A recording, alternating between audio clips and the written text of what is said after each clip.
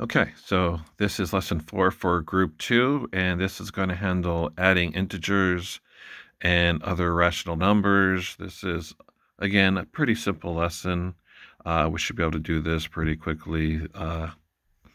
So let's get started. The first part we could kind of work out together, except for the first part where they want you to do the representation on the number line. So, okay, so it says for the letter A, represent the sum of 3 plus 5 using arrows on the number line. So go ahead and do that right now. And when you're ready with that, let's just keep on moving. So hit pause and then resume when you're done. Okay, so you put 3 plus 5 on the number line above. And next is going to ask us a bunch of questions. And we could just answer them together as we go. So,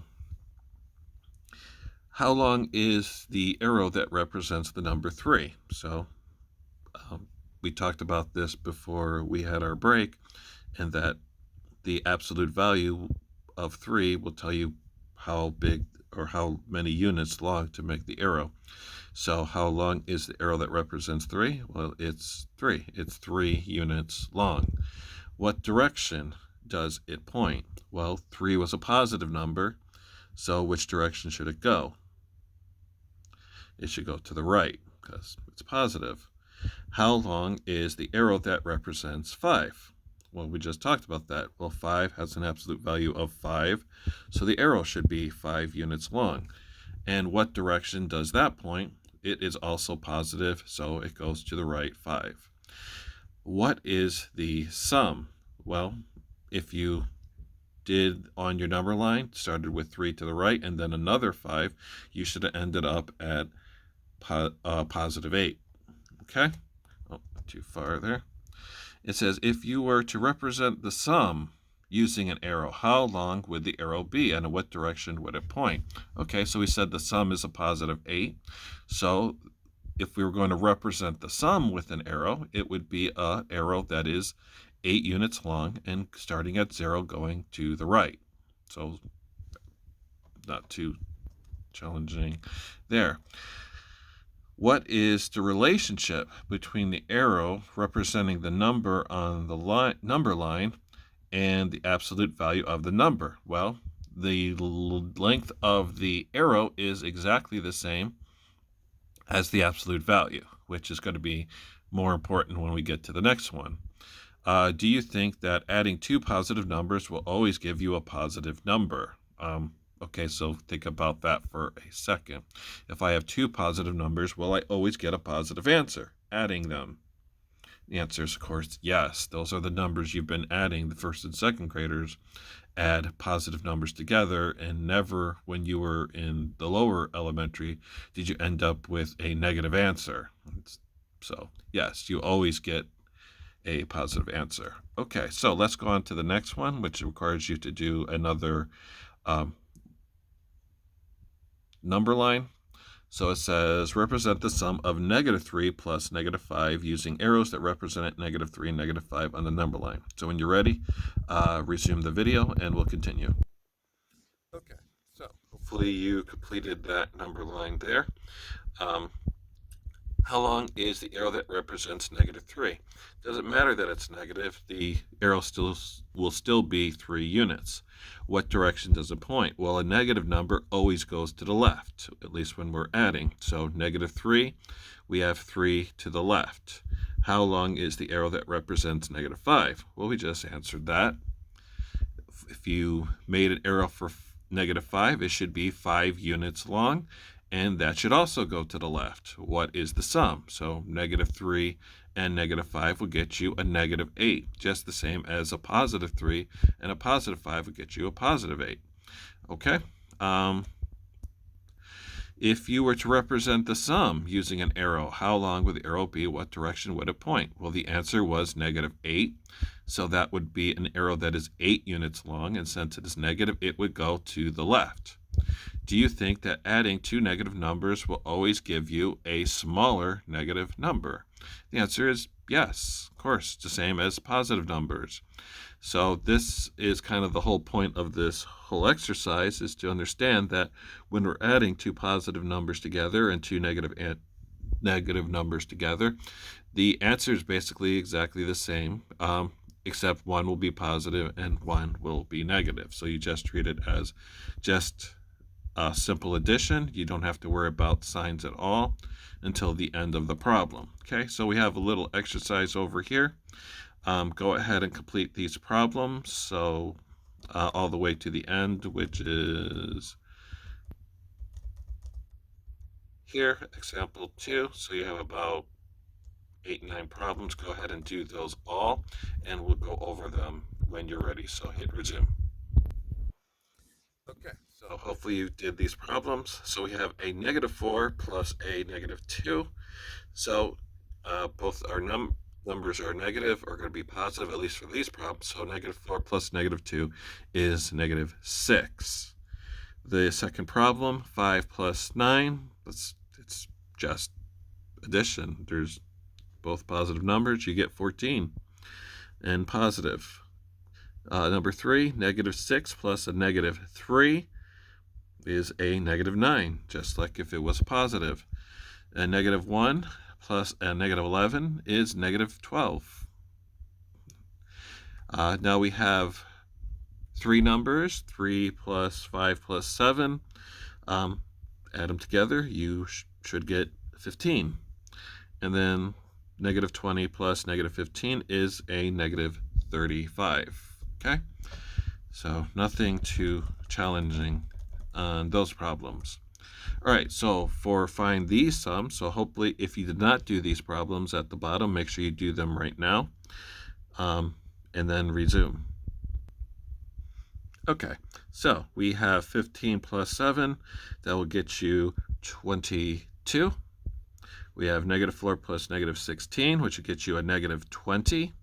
We have -18 plus a -64 would get you a -82.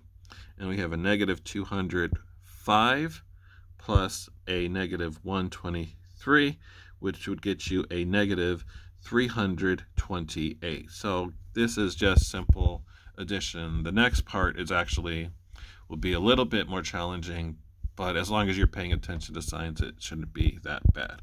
Okay, so, and we did a little bit of this before break anyway. They're just going to throw more problems at you for this.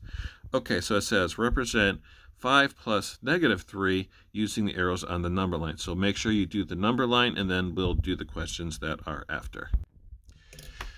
Okay, so I did the number line on the side sheet of paper. So we're starting at 0, and we add 5. So 5 to the right. Then we add a -3, which brings us 3 to the, and then we get to a 2. All right, so the questions are the following. How long is the arrow that represents 5? Which should be 5 units. So it's 5, it should be 5 units long. What direction does it point? It's a positive number. Positive numbers always go to the right in addition. So 5 to the right. How long is the arrow that represents -3? It's going to be 3. What direction does it point? This one will go 3 to the left because it's a negative number. Okay, which arrow is longer? Okay, so we have 5, which is 5 units, and we have -3's arrow, which is 3 units. Which is longer? Well, 5 is. So what is the sum? If you were to represent the sum using an arrow, how long would the arrow be, and in which direction would it point? Okay, well, the sum for this was +2. So if we were going to represent that sum, it would be a arrow that is 2 units long and goes to the right. Okay, so let's keep going. And this number line, or this problem, they want you to do on the number line as well, which is 4 plus a -7. So go ahead and complete that problem on your number line, and we will continue. Okay, so for this problem has some different questions than the simple ones that we're working on. So it says, in the two examples above, what is the relationship between the length of the arrow representing the sum and the length of the arrows representing the two addends? Okay, so our two numbers were positive 4 and a negative 7. So the sum of this would be negative 3. So what's the relationship? It is basically the difference between the two arrows. So the difference between 4 and 7 would be 3. If we subtracted those two numbers, 7 minus 4 is 3. And the length of the arrow is 3. Okay. What is the relationship between the direction of the arrow representing the sum and the direction of the arrows representing the two addends? Okay, so the first number went to the right because it was a positive 4. The second number went to the left because it's a negative 7. Now, the answer, negative 3, will go 3 to the left. Why is that? Because the absolute value of both of the numbers, 7, is greater. So kind of skipping ahead a little bit to question 3, the rule for these types of problems, when you're adding two numbers together and you have opposite signs, we already did when you had the same sign together. If we have a positive 4 and a positive 3, you get a positive 7, there's no issues. But when you have a positive number and a negative number, your sign is going to be the number that has the higher absolute value. So you could fill this in right off the bat when you see a problem. If you see a problem 4 plus negative 7, negative 7 has the higher absolute value. So the answer is going to be negative. And then all you have to do is subtract the two numbers, always making sure that the higher number is at the top.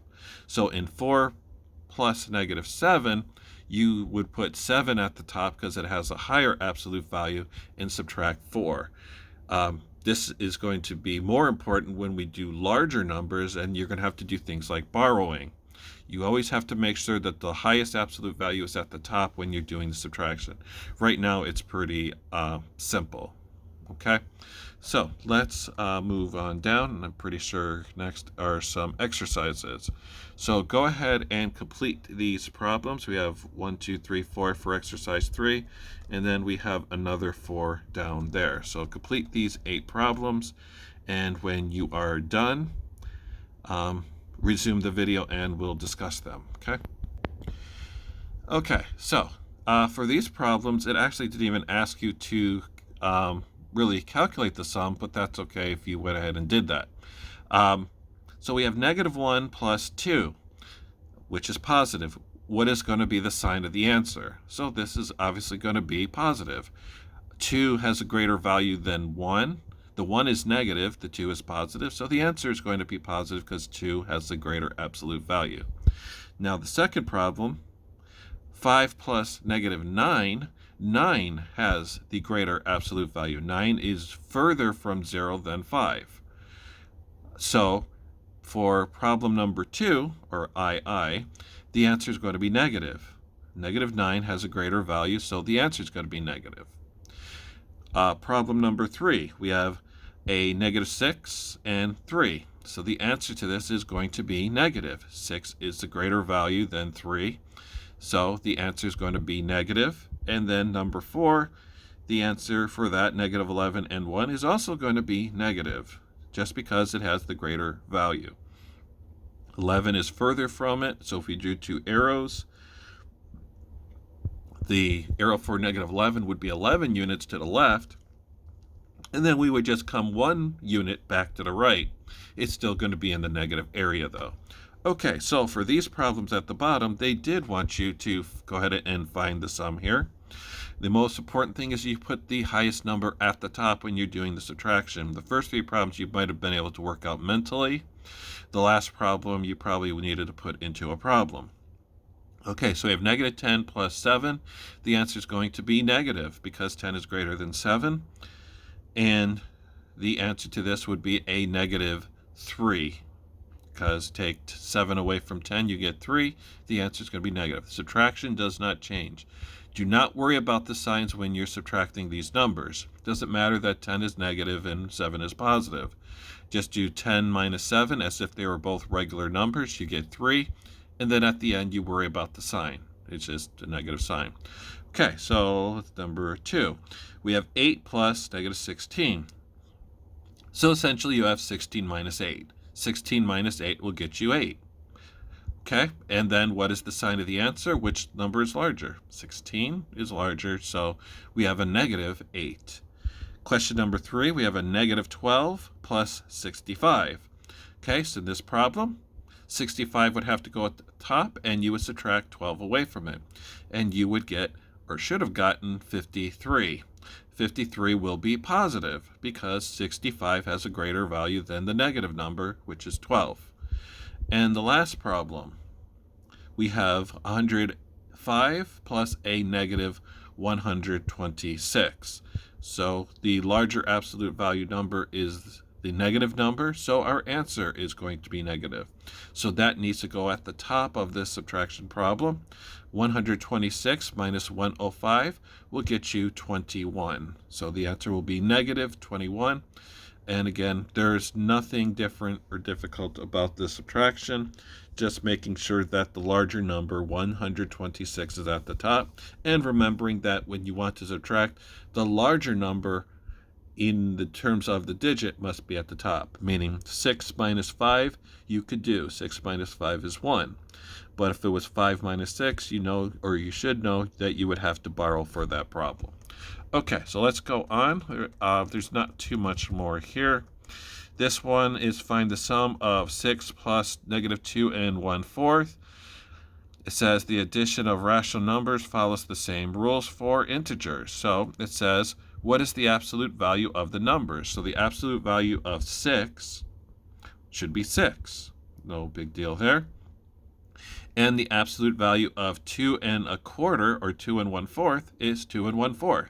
So which one has the greater absolute value? We have 6 and we have 2 1/4. Obviously, the 6 has a greater absolute value. So that means first, that number is going to be at the top of the subtraction problem. And 2, that our answer is going to be positive. All right, so now we have to subtract these values. So set up this problem. This one I will do on paper so you can see. So go ahead and work this problem out with the fractions. Remember that 0 at the top, you may not subtract 1/4. So go ahead. Okay, so setting up the problem, it should look something like this.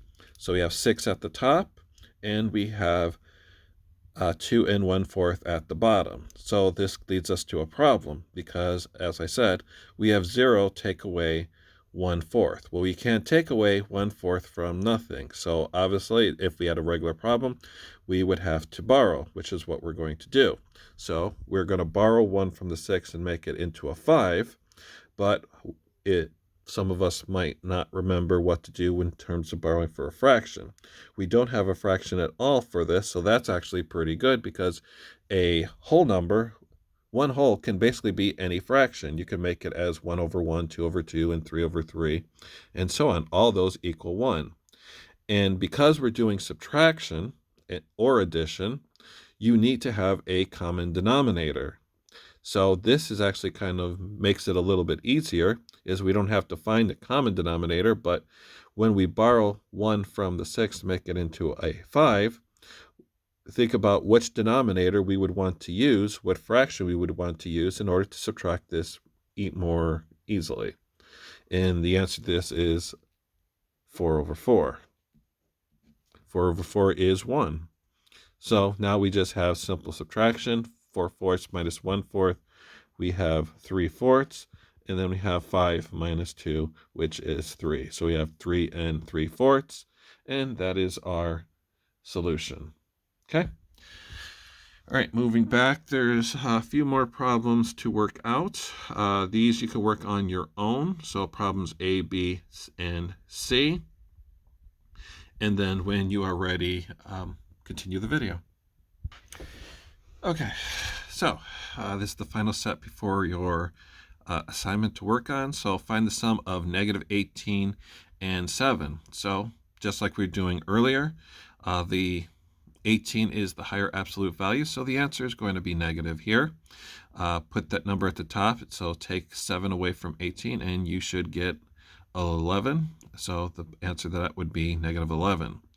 Okay, so question number, or letter B. If the temperature outside was 73 degrees at 5 p.m., but fell 19 degrees by 10 p.m., what is the temperature at 10 p.m.? Write an equation and solve. Okay, so we have 73 degrees. That's what we're starting with. So that would be positive. It doesn't tell us it's below 0 or anything like that. And it fell 19 degrees. So since we're handling everything with addition here, for our equation, we would just simply write it as 73 plus a negative 19. And then you need to do the workout, and you should get 54 degrees. Okay. The last part, so it says write an addition sentence and find the sum using the diagram below. Okay, so the first number, we start at 0, is negative 10, so we go 10 to the left, so that would be our first number, and then we go 3.5 to the right, so that's a pretty simple negative 10 plus a positive 3.5. You might need to work that out. If you do, remember that the larger number goes at the top. So 10 has to go at the top, and 3.5 would go below it. It's always easier to work out problems with fractions in addition and subtraction working vertically, not horizontally. So your problem should look something like this. 10 at the top, 3.5 at the bottom, and of course, just like the last problem again, we cannot do 0 minus 1/2. So we have to borrow from the 10 and make it into a 9. And since we can make that 9, or that 1, which he just borrowed, into any fraction we want, and we already have a denominator to use, we just make that 2 over 2, do the subtraction, which we get 1/2, and this we get 6. So 6 and 1/2, and that is our answer. So we're going to write that in the equation. It would be negative 10 plus 3.5 equals a negative 6 and 1/2. Okay? All right, let's take a look at the assignment. Most of this will just be basic addition and subtraction, finding the sum. So try to do it without number line wherever possible. If you're having a decimal problem, remember with addition and subtraction, you need to make sure that the decimals are lined up, but still, the higher number needs to go at the top. So for letter C, for number 1, we have 2.2 plus 3.7, or negative 3.7. Which number has the greater value? That'll tell you the sign of the answer, and then you go ahead and subtract.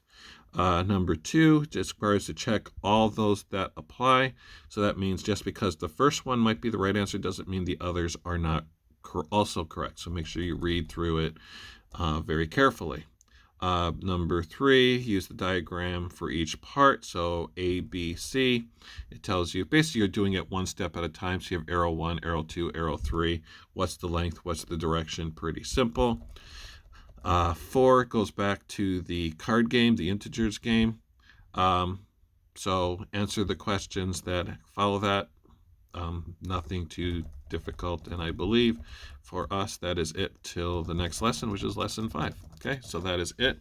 If you have any questions, write it below in the comment section, and I will get back to that as soon as possible. A quick note that if the videos get longer than 30 minutes, they may be broken up into 2 parts. The lesson for group 1 already exceeded 30 minutes, so theirs is 2 parts. So if you find that you're going through a lesson and it just stops abruptly, that means there's likely a second part that you need to watch for that lesson. Okay, so that's it for today.